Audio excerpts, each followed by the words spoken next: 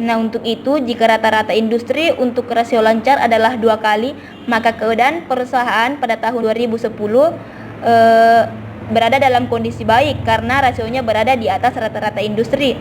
Namun, pada tahun 2011 kondisinya kurang baik karena berada di bawah rata-rata industri. Nah, selanjutnya yang kedua yaitu tentang rasio cepat atau quick ratio.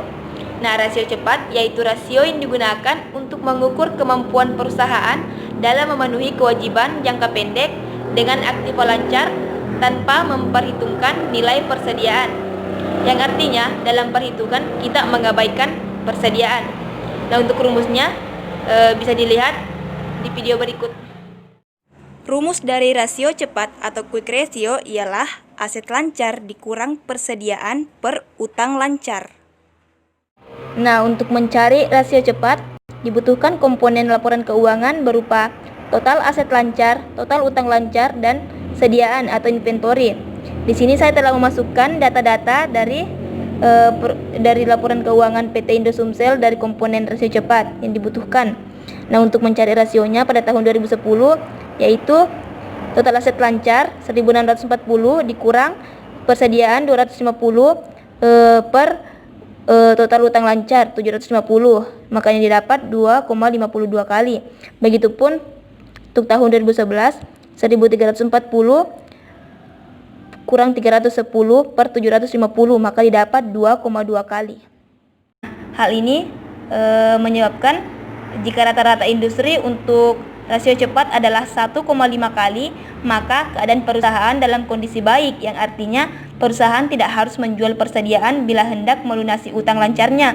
Namun, jika rasio cepat berada di bawah rata-rata industri, maka keadaan perusahaan lebih buruk dari perusahaan lainnya. Nah, selanjutnya yang ketiga yaitu rasio kas atau cash ratio. Nah, rasio ini digunakan untuk mengukur seberapa besar uang kas yang tersedia untuk membayar utang. Nah, ketersediaan kas ini meliputi kas di tangan, rekening giro atau tabungan di bank yang bisa kapan saja diambil. Untuk rumusnya bisa dilihat di video berikut. Rumus dari rasio kas atau cash ratio ialah kas ditambah uang di bank per utang lancar. Nah, untuk mencari rasio kas yang dibutuhkan ialah total aset lancar, total utang lancar, kas, dan giro. Nah, di sini saya telah memasukkan data-datanya pada tahun 2010 dan 2011 yang saya tulis atau saya buat laporan keuangan dari PT Indosumsel. Nah, untuk mencari rasionya di sini tahun 2010 kas ditambah giro per total utang lancar, maka didapat 0,8 kali. Yang jika dipersenkan menjadi 80% untuk tahun 2010.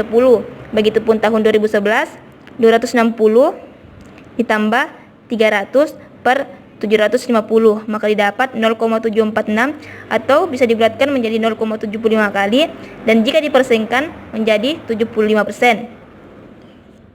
Jika rata-rata industri untuk rasio kas adalah 50%, maka keadaan perusahaan pada tahun 2010 dan 2011 dapat dikatakan baik karena berada di atas rata-rata industri.